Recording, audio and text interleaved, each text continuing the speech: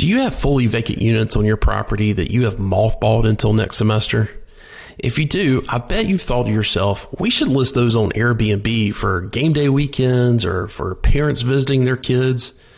Maybe you're in a college town like Austin or Raleigh or Tallahassee, and your city has large festivals and not enough hotel rooms. You know you could lease those units on a nightly or a weekly basis. Providing short-term rentals on platforms like Airbnb can provide a great source of ancillary income. But it takes it takes a lot of organization.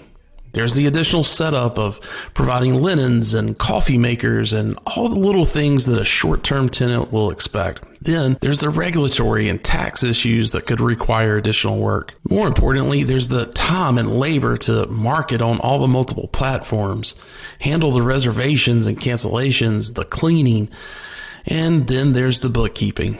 All of this turns into a big distraction from the main job at hand, which is operating and leasing your property. That's where Vector Travel comes in. These guys know the short-term rental industry, and they know how to relieve all of those burdens from the property manager. And best of all, they've become experts in how to do that with student properties. They understand the complexity of mixing travelers with college students.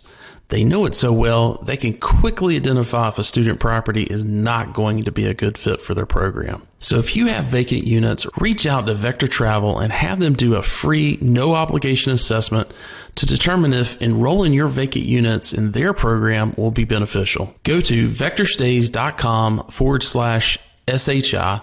Fill out a quick form to receive more information. You will also get the first month's service fee waived by going to that specific landing page. Again, that's vectorstays.com/SHI.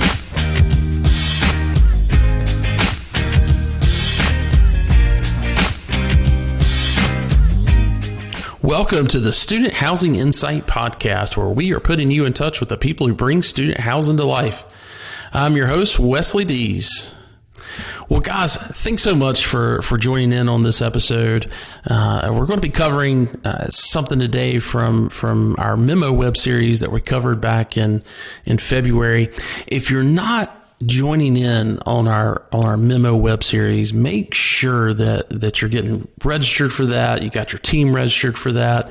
It's on Wednesdays at noon, and we're going to be running that through June. We're going to take a break in July and August because, hey, who in student housing has time to listen to a podcast during or even join webinars during July and August? We're all busy with turns. So we'll take a break for that particular point in time, and then we'll come back in September through October. So make sure that you're registered. Make sure your team's registered. It's $10.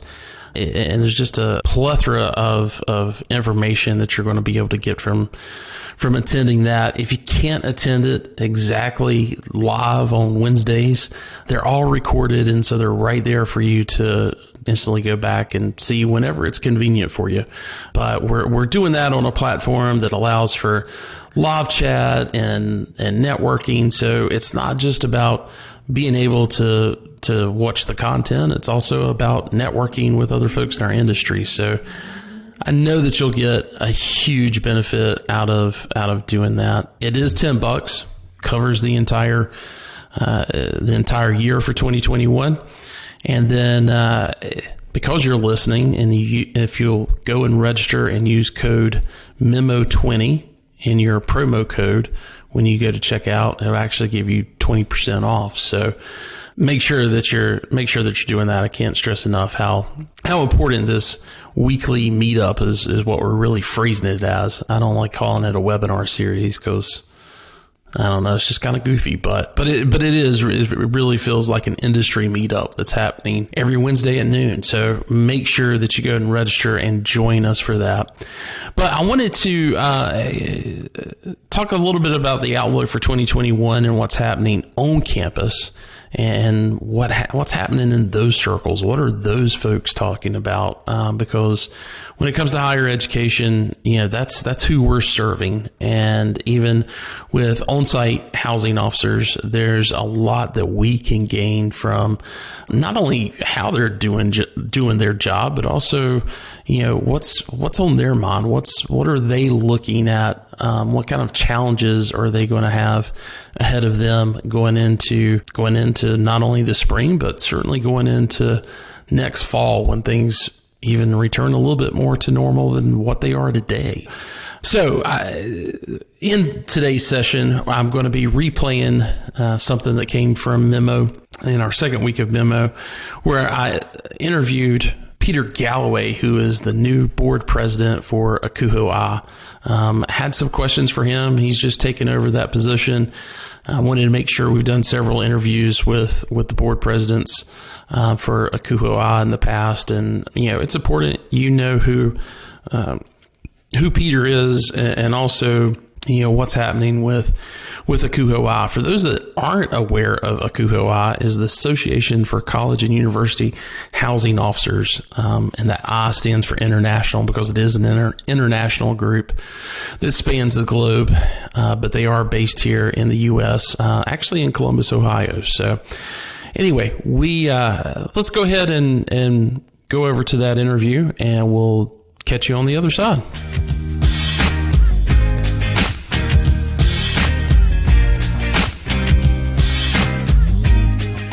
Well, welcome everybody to this second installment of the Student Housing Insight Memo web series. I'm super excited about this one because each month this spring, as we go through this series, on the second week of the month, we're going to be talking and focusing in on the higher education industry, because that's really who the off-campus student housing industry is supporting. And I think it's really important that we spend some time really focusing in on what is impacting the higher education industry, because in a lot of ways, that's in every way, actually, that ultimately impacts a lot of the things that we do as off-campus housing providers, and certainly with our students that we serve as well. So I'm super excited about the panelists that we've got today, and we're starting out with someone very special. He is the incoming board member of ACUHO-I, which is the Association of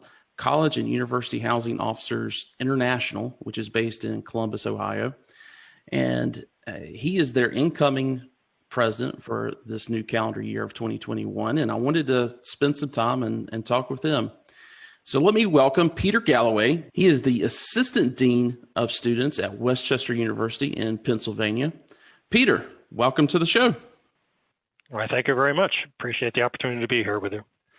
Well, thanks so much. I've worked with ACUHO-I a lot over the past 3 years, really longer than that, throughout my career. But when I started Student Housing Insight and started talking about some of the things that we want to try to accomplish and be able to provide to the off-campus industry, Mary DeNiro, who's the CEO at ACUHO-I, reached out to her, and she's been a fantastic person to talk to and really get some insights. But the organization overall has just been a huge resource over my career.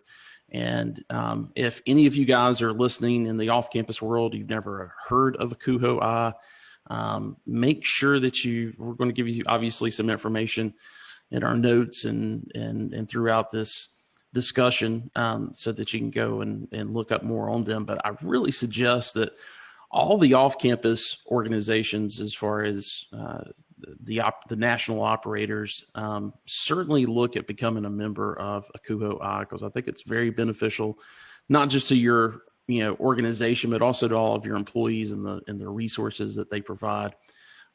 It's been great throughout my career, and would suggest that you do the same. But Peter, really, to give probably a better explanation of ACUHO and what they do, tell us about the association's mission and how they serve their members. So thank you. So ACUHO-I is the leading organization for campus housing residence life professionals. We have more than 17,000 individuals, as well as about 1,000 institutions that are members, and we represent about 1.2 million on-campus residents from around the globe, not just from here in the U.S. And our mission is really to enhance the on-campus experience for the students that live in campus-based housing. We do that through research. We do that through, certainly sharing information with our members, regarding how living on campus can support student retention, growth of individuals, and there's lots of studies out there about being involved on campus.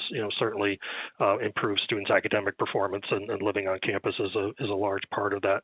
And really just providing support to our members as they go about their day-to-day jobs. And so, ultimately, all of our focus is to help our resident students be successful.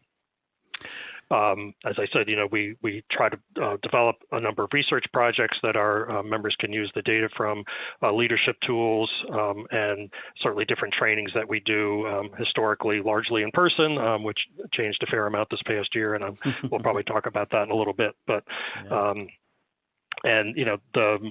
again, membership is based on an institutional level, and once an institution is a member, every professional working on that campus has access to all the resources that we can provide, whether that be web-based or in person or, other kinds of modes of delivery.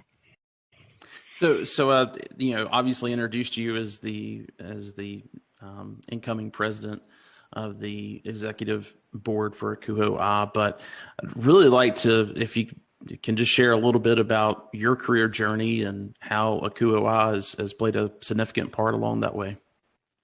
Sure. So like a lot of my colleagues, I initially got involved at the regional level. There's a number of regions across the U.S. that do a lot of the same things that ACUHO-I does, trying to support campus resident populations. And as I worked through the leadership positions in that organization, that's what connected me to ACUHO-I and started to attend the annual conference and exposition that we have usually in June or July. And just being exposed to the organization showed me how much broader reach that an international organization could have versus a regional organization, and was very fortunate to be elected to the executive board a couple of times, once as what we call the Eastern District rep. We had a regional representation model at that point, but then subsequently was the business practices and enhancements director, focusing on areas within the profession around housing assignments, marketing, IT, conference services, those kinds of business-related things that weren't operations-related specifically. Then I was the finance and corporate records officer for 3 years, which is ACUHO-I's version of a secretary and treasurer. Gotcha. And then the presidential cycle is a vice president, president-elect president cycle. So this is my third and final year of the presidential cycle, being on the executive board. It's just being on the board has just been such a huge and wonderful professional experience and personal experience for me, giving me so many opportunities to meet professionals from around the globe, as well as corporate partners and other institutions and entities that impact the campus housing profession, and just so many opportunities to share ideas and work through issues. Again, certainly something we had a fair amount of practice on this past year, but just all with the same goal of working towards making the campus experience the best possible for the students that live with us. So, I tell my off-campus colleagues, and also share this with my own campus colleagues, that the reason ACUHO-I was kind of so instrumental in my career, why I speak up so much about and encourage off-campus housing providers to be a part of it, especially those that are on the at the site level, dealing with the students day in and day out. To be truly successful at that site level manager position, you've got to have a really good grasp on student affairs.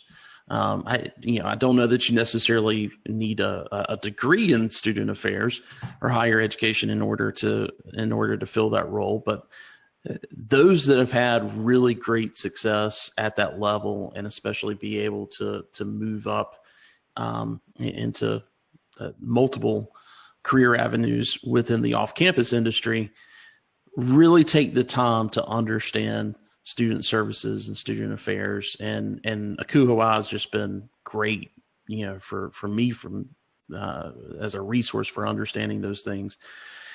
And I'll just put it out there: managers who educate themselves in this field of student affairs are just, are going to notice the difference, not just in the respect that they have from their colleagues, both on campus and off campus, but just in how they're able to approach their job, their customers to us in a lot of ways.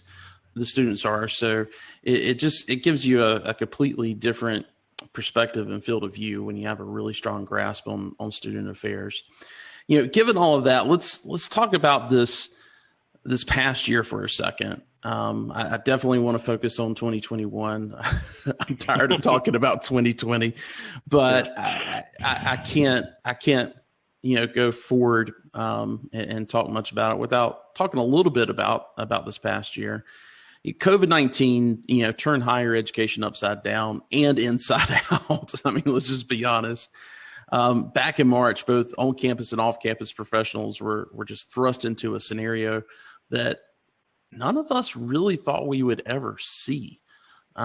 We may have trained for disease outbreaks in a building or on campus, but none of us really ever imagined a pandemic that would cause basically every university in the country to I hate to say shut down, because there was certainly a lot of things going on from a research standpoint, and universities were still open, but to basically move everything possible to remote study. We've never seen that.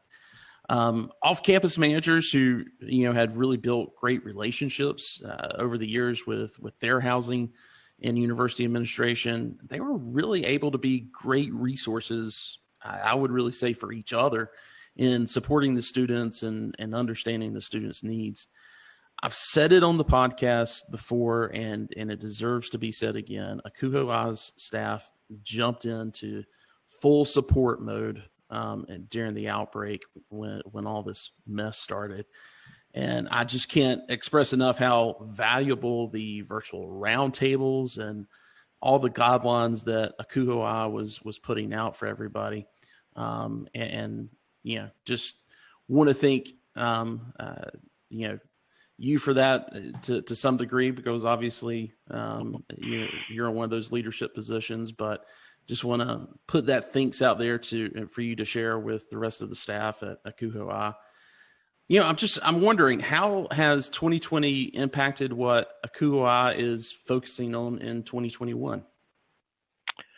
Yeah, so I definitely appreciate your comments about what we did in 2020. It was a conversation, although a brief conversation, that we had about how widely we should distribute the information and the opportunities for collaboration and things like that. And again, it was a brief conversation. We very quickly decided that everybody had to have access to that information, even campus professionals that may not have been members of ACUHO-I, but anybody who wanted to access our website or be part of those podcasts and webinars and things like that you were talking about. It was definitely something that we all needed to support each other, and whatever anybody could learn from what we were providing, we knew was going to go to good use. So in terms of 2021, I mean, there's both in terms of content focus, and then there's just the logistics, how we're going to provide information going forward. The reality is that at least for the first half of the year, we're going to be largely in a remote environment. We're not anticipating having any in-person events, certainly in the foreseeable future. Even for our major event, which would be the annual conference and exposition, which is slated for the middle of June, whether that happens in person or virtually, one of the things that we've changed for that is that typically we would have had all the program sessions chosen by now, and have a pretty solid, with a few spaces here and there that we could do a special interest topic. We're very specifically delaying that process so that we can analyze, close to the time of the event as to what the most critical issues that folks are facing, and so we can, build some content around those, find some content experts that can speak to that, and be a lot more timely in terms of the information that we share. Unfortunately, some of it is bound to still be around COVID as we make the transition back to, hopefully largely, reoccupying our campuses with on-campus students and at least some face-to-face class, if not, predominantly face-to-face class. But, some of it not COVID related, but, the other thing, of course, that happened this year was all the racial injustice issues that came up and the protests around those. And there's a fair amount of work that we're going to do around that this coming year as well. And, again, we'll monitor the conditions and, try to be strategic in the programming and education and the events that we offer. With the change of administration, it'd be nice to think that the environment and tenor in the country will change very quickly along with that, but that's probably not terribly realistic. So, lots of continue to monitor that as well. And last year we did do some programming around freedom of speech and how to work with our campus residents around some of those topics. That very well may be something we'll have to continue this coming year as well. Yeah. We talked a lot back in our webinar series last spring, preparing for fall 2020. And that's something that, the last session that we did in June, I figured the entire thing was going to be about COVID. And then our last session was actually on the diversity and inequity issues that were plaguing us and that we were, as a country really having to come to terms with. And, I think as eye-opening and humbling as a lot of that was, it put a lot of, I was a history major, right? So, I always try to draw on historical events, and a lot of things were very similar to 1968, 1969, and remembering how that impacted college campuses so much that I really kind of put it out there to everybody that, hey, don't be shocked when this happens on your campus or at your property, because the college students are not going to sit by and not be heard. And we've certainly learned that, at least here in the U.S. But I think that's really relevant around the world. You mentioned the new administration, and I'd like to talk a little bit about that. There's a lot on President Biden's lap the first 100 days. We know that there's going to be a lot of sweeping changes, a lot of reversal of executive orders from the previous administration that he's going to be focused on. What kind of orders and legislation may pass this year that could impact enrollment that you and your colleagues in higher education, as well as with ACUHO-I, are thinking about and talking about? Probably the most immediate would be around student loan forgiveness of some manner. I'm pretty sure I heard that there's at least going to be a continued delay and people needing to start paying federal loans back. So, that'll be a little bit of a short-term impact. Whether there'll be a comprehensive reduction in student loan debt or a total elimination of student loan debt, I don't necessarily see that happening in 100 days, but, that certainly could have some significant impact. Some conversations, at least during the campaign, I don't know that President Biden has specifically spoken to this yet about, potentially, very low cost or free higher education and how that may impact, where students ultimately attend. And, certainly, increasing access, but then, redirecting people to different institutions certainly could be pretty important. There's a lot of things came out of the Department of Education over the past 4 years that were not necessarily friendly to, I'll say, higher education. People may argue they weren't friendly to education, period, which is a little odd coming out of the Department of Education. But so as some of those initiatives and rulings and whatever, if they start to get reversed, I haven't heard anything specific about any one particular initiative. Some of the rulings around Title IX would be a large impact on higher education. I haven't heard what the plans are for that specifically, but there's a fair number of things that could impact us. I know we were, I know there's already been, I think day one, and we are actually recording this literally an hour after Biden's inauguration. But one of the things he's planning on doing right away is retracting the travel ban from primarily Muslim countries. And I feel like the one thing I observed quite a bit. I mean, let's talk about international students for a second. So I've got to think that the retraction of this ban on these countries is certainly a step in the right direction to making students feel more welcomed. But I wanted to just kind of get your insight and what you're hearing. Do you think that's going to have an impact on international students this year? There's was a 46% decrease in first-time international students coming to the U.S. Obviously, that is primarily impacted by COVID and travel bans related to that, and just the state of the economy. But prior to that, we were seeing a real decline, and a lot of universities were really feeling it. Just want to get your insight, your opinion. Do you think just that one act alone of repealing that travel ban is going to have an impact at all this year? Good question, only because of the timing.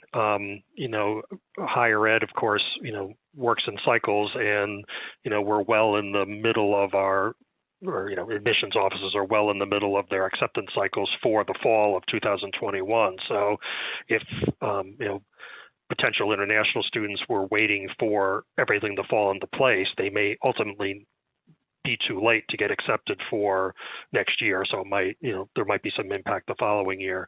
But, knowing that, at least as of early November, that Biden had become elected president, maybe they were thinking, okay, chances are things are going to head in the right direction. And, they started the process early enough that they could. So I would expect there to be some increase. It may not be a significant increase this first year just because of the timing factors. And again, not to mention COVID, they may be hesitant to commit to coming here in the fall if, since, we seem to be the worst country in the world and managing the virus, they may not feel safe coming here because of that, much less, not even if the administration is totally open to having non-U.S. people come into the country. So I want to transition a little bit to, before we get off of policy and the new administration, just want to get your opinion.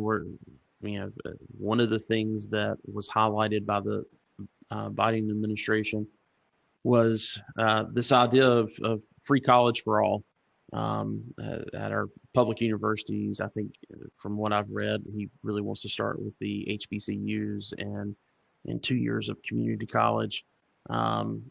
Just as you are kind of digesting or have been digesting, what this administration is looking at doing, how might that end up playing out, within the next couple of years? And is this something that the industry is excited about? I don't know that we've really discussed it a lot or digested it yet.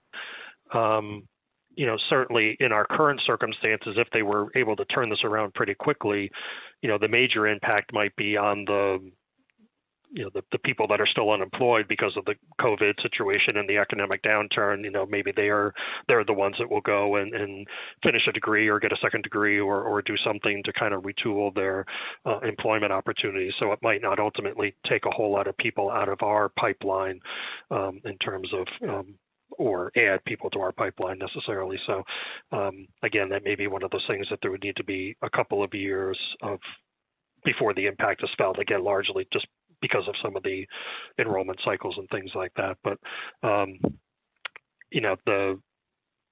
certainly there are some potential from a housing standpoint. There's certainly some potential occupancy issues if it's geared towards public higher education. A lot of public schools I think are doing okay enrollment wise and occupancy wise. And so if there's this big flood of potential residents coming in, it might be too much of a good thing without just not having capacity to accommodate them for whether it's classroom space or whether it's residential space. Those.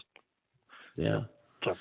Yeah, it'll be interesting to see if he's got a ways to go through legislation. Even though he's got majority rule in both houses, that's still one that's going to be really tough to get through. So we'll see what happens.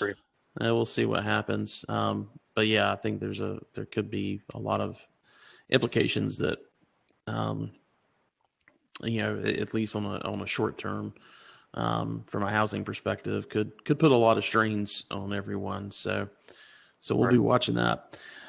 So let's talk about another policy. Let's talk about vaccines. 12 months ago, we were just finding out about this virus and what some of the symptoms were and that type of thing. And here we are 12 months later, and we're rolling out multiple vaccines.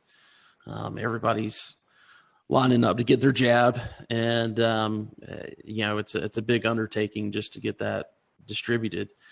And surveys are still showing that only 50 to 60% of at least Americans in the U.S. Are ready to take that. I'm just wondering what kind of conversations are happening among your colleagues, and maybe even discussions that ACUHO-I is talking about. As I don't see how we get past not making this a requirement for students, especially students who want to live on campus. But I may be wrong about that. So I really just wanted to pick your brain on that, see what's being discussed and how that may impact things this fall. Yeah, my experience is that public institutions may have their hands tied much more so than private institutions. Using the fall as an example, and on the testing, of course, we weren't at the vaccine levels at that point.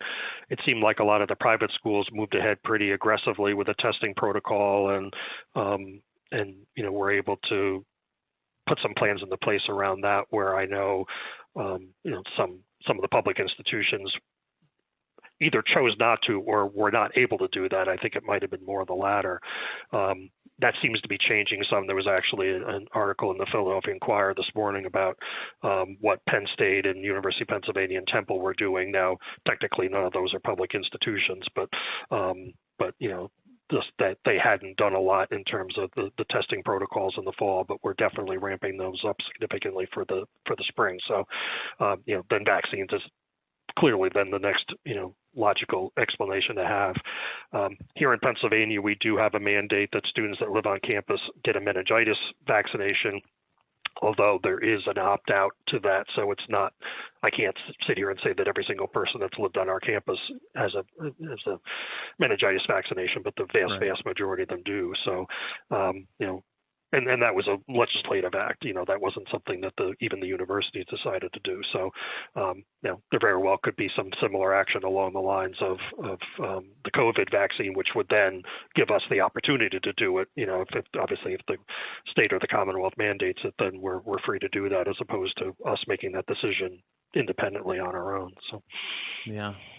It's going to be interesting to see how that plays out. Just thinking about getting that into every student and the challenges it's going to create for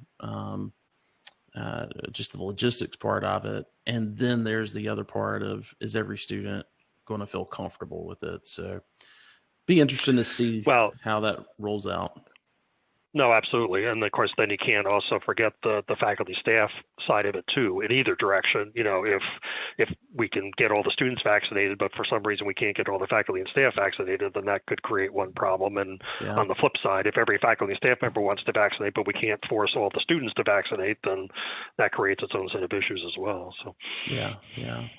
Well, I hope that the efficacy of 95%, that both of the two that have been approved so far, hopefully that falls out, not falls out, but hopefully that becomes, we see that to be the case, with this larger population, and folks will not be afraid of it, and a lot of good comes out of it. But we'll be monitoring that. And, I guess one question I would have for you, as a follow-up for our off-campus folks that are trying to work with their university to support all of their missions, right? But especially from a public health standpoint, any suggestions on, who they should contact at the university? Is it someone at the infirmary? Is it someone in a different office where, they can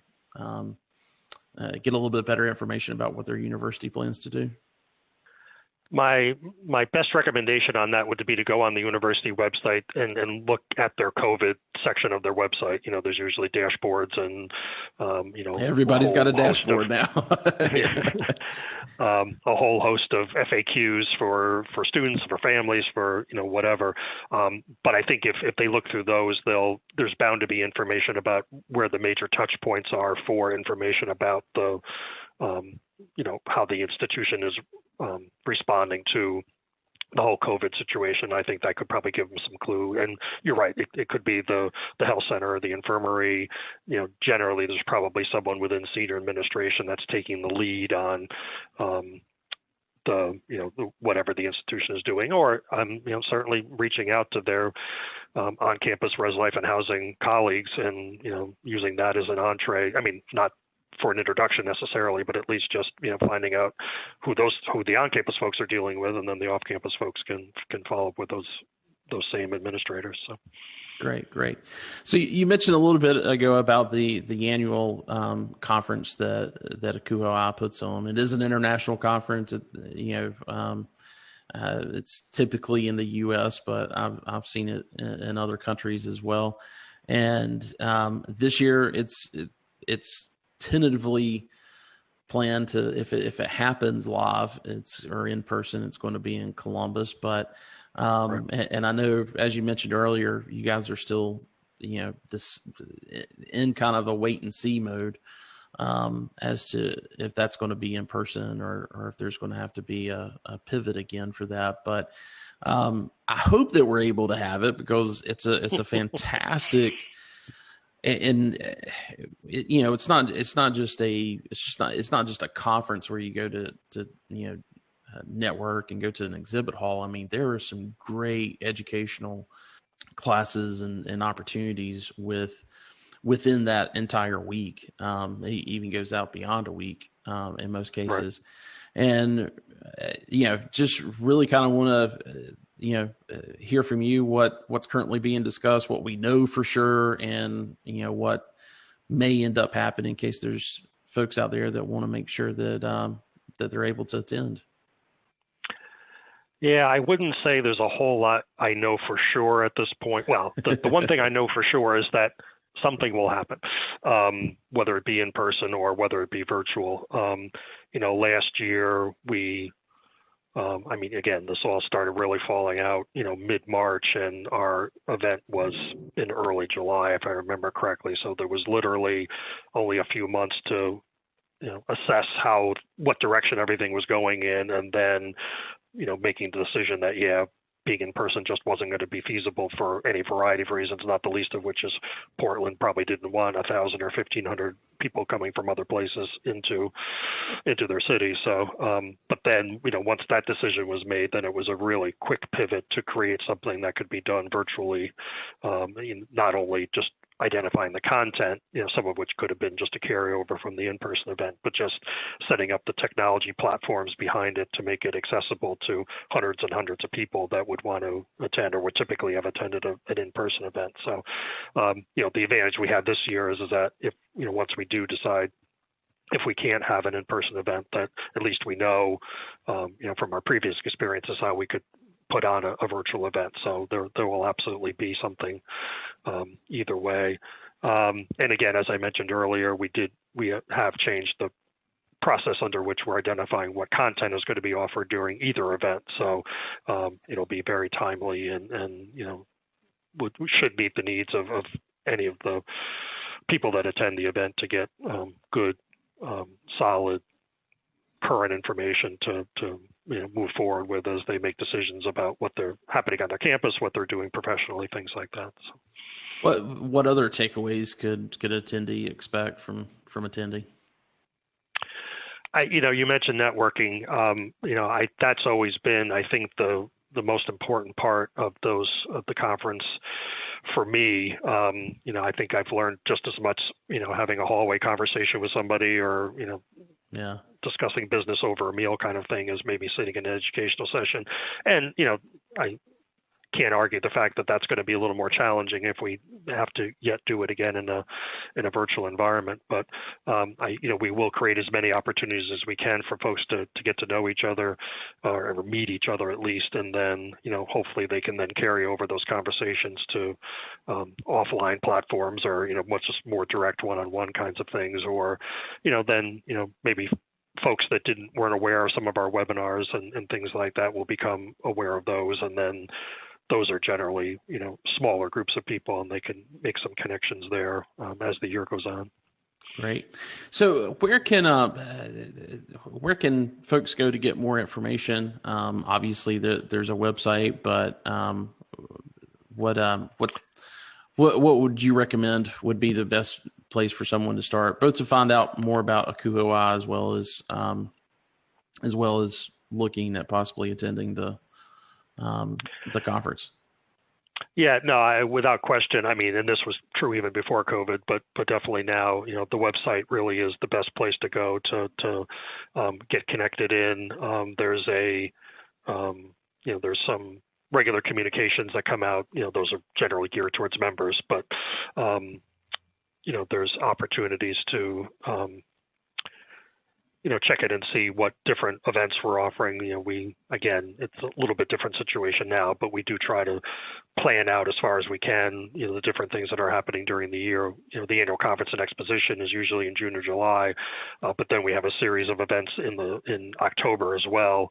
It's a series of 3 conferences, one dealing with facility related issues, one dealing with the business side of things, again, housing assignments, marketing, IT, conferences, those kinds of things, and then one related called academic initiative. So it's around some of the educational kinds of programming and actually partnering with academic portions of a campus to create a living, learning environment within our on-campus housing. So those are a little more narrowly tailored for folks that can get a lot of information in those areas, over the span of a couple of days. So, but then, there's certainly lots of virtual things that we're doing now, and even once we're able to meet face to face again, we're certainly at this point we can't just totally abandon the virtual side of things. I think everything that we do going forward is going to be some hybrid combination of in person and then things that can be accessed remotely as well. Yeah. So that website is ACUHO-I.org. Is that correct? Correct. Yep. Yeah. ACUHO-I.org. Right. Yeah. ACUHO-I.org. And then, I would also, if for the folks out there that want to learn more and kind of, look at the type of stuff that ACUHO-I has done, especially this past year, and the resources that they provided, go to their YouTube channel and subscribe. I'm a big YouTube guy. seem to spend more time there than I do on any TV channel or anything like that. And it's been anytime you guys post a new roundtable or discussion, I get that alert, and it's been fantastic. So appreciate you guys keeping that up and not just keeping it all on the website, because it's nice to get those alerts and be able to see it right there. Yeah, and I mean, you mentioned Mary back at the beginning, and certainly, as the CEO, she's been great for the association and really done a lot for us. But she has a staff of folks that work with her. Mostly in Columbus, but some from other places too. But so if you go to the website and you have a question about something, feel free to reach out. There should be a generic email address there if you don't know who specifically to contact, and lots of friendly folks that'd be more than happy to answer your questions and connect you with the right people, get you the right information that you need. So. Awesome. Well, Peter, I appreciate it so much. Good luck with your presidency this year, and looking forward to all the things that you guys are going to be able to do. And again, thanks for the support that ACUHO-I has given SHI and just being a resource to me for the things that I'm trying to get insight on. So thank you for that, and we will talk to you soon. All right. Thanks for the opportunity to talk. I appreciate it. Thank you.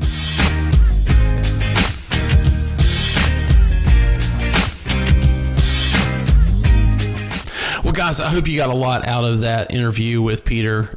He was fantastic to talk to.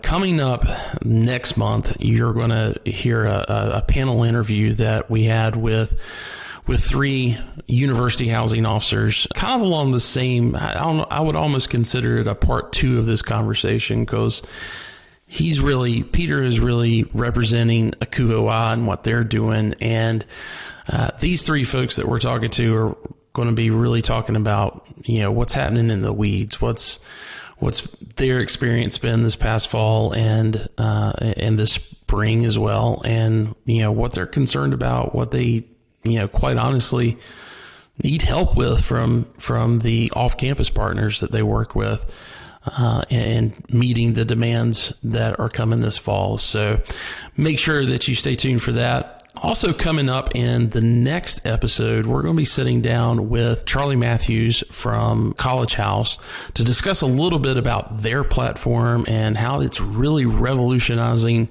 everything that's going on with how we're monitoring the market these days.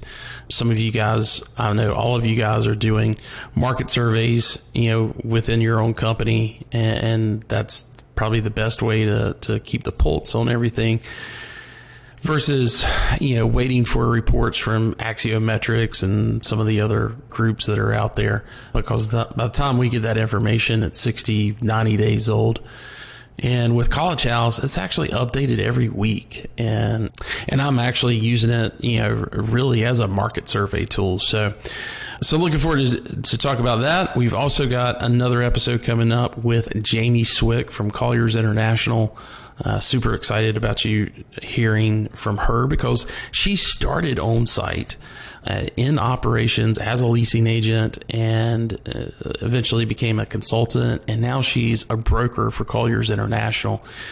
And we go into a lot of discussion about what property managers and operating companies are doing wrong when it comes to preparing the property for an eventual sale. Because let's face it, we are all going to be judged not by how well we did turn or how well we even did leasing. We're really going to be judged because doing turn well and doing pre-leasing well flows into this. Eventually, that ownership group wants to make an exit. They want to sell the property. And if you're not doing the right things to ensure that your property, when it is time to sell, that you're maximizing what that property can eventually get in a purchase price. If you're not doing that, then you're really falling down on your job as a site manager or as a portfolio director. Those are the things that you're ultimately going to be judged on, believe it or not. So yeah, really looking forward to that. Again, make sure that you guys are plugging into Memo, and that's every Wednesday at 12 noon Eastern. The only time we're not doing it is the last week in March, because it's a 5th Wednesday. And memo only has 4 letters in it. So once you get registered, you'll figure out what that means. But anyway, thanks so much, guys, and we'll talk to you soon.